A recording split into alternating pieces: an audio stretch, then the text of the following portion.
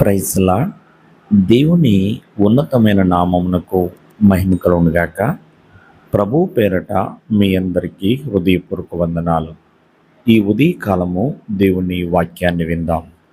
కొరింథీయులకు రాసిన 2వ పత్రిక 9వ అధ్యాయము 8వ వచనము.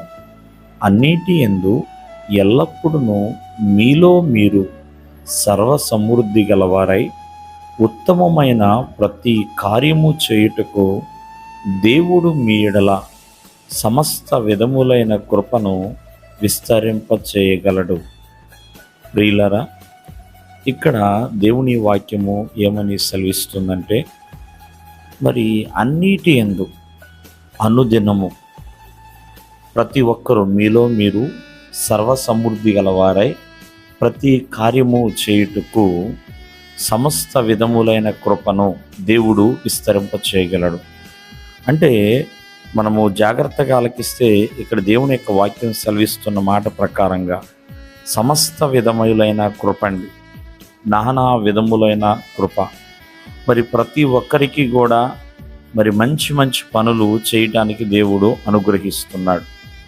కావున ఈ రోజున ఆలోచించేద్దాం. ప్రతి ఒక్కరము కూడా ఎల్లప్పుడూ కూడా ఎన్నో పనులు చేయవలసిన వారమై ఉన్నామండి. ఎన్నో ఉత్తమమైన కార్యాలు, ఎన్నో నీతి కార్యాలు, ఎన్నో ఘనమైన కార్యాలు, ఇవన్నీ ఒక మనిషి చేయాలంటే ప్రేమైన వాళ్ళరా కృప అనేది కావాలి. కృప లేనిది ఏమీ చేయలేం. దేవుని కృప ఉన్నది కాబట్టే ఆనాడు అబ్రహాము అంతగా అభివృద్ధి చెందగలిగాడు, విశ్వాసులకి తండ్రిగా మారగలిగాడు. అందుకనే సమస్త విధములైన కృప. ప్రియమైన వాళ్ళరా, మరి ఉత్తమమైన ప్రతి కార్యము అంటే మంచి పనులు చేయటానికి, సత్క్రియలు చేయటానికి దేవుని కృప అనేది ఎంతో అవసరమండి. కావున ఆయన కృప ఎల్లప్పుడూ మన మీద ఉండినట్లుగా మనము ప్రార్థన చేయాలి. ఆనాడు దేవుని కృప ఉన్నది కాబట్టే భక్తుడైన యోబు అన్ని శ్రమలు కూడా తను తట్టుకోగలిగాడు. అదే దేవుని కృప లేనిదే ఆయన తట్టుకోలేకపోయేవాడు. కావున ఈ దినమందు మనం ఆలోచన చేద్దాం. దేవుని కృప చొప్పునే ఏదైనా మనం సాధించగలుగుతాం. కావున ఆ కృపను మనం ఎలా సంపాదించుకుంటాం? ఆయన కృపను ఎలా సంపాదించుకుంటామండి?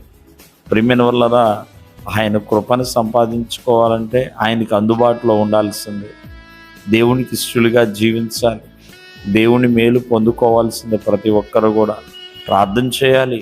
ఆయన కృప నీ నుండి తొలగిపోకుండా యథార్థంగాను, నీతిగాను, భయభక్తులతోనూ జీవిస్తూ ఉండాలి.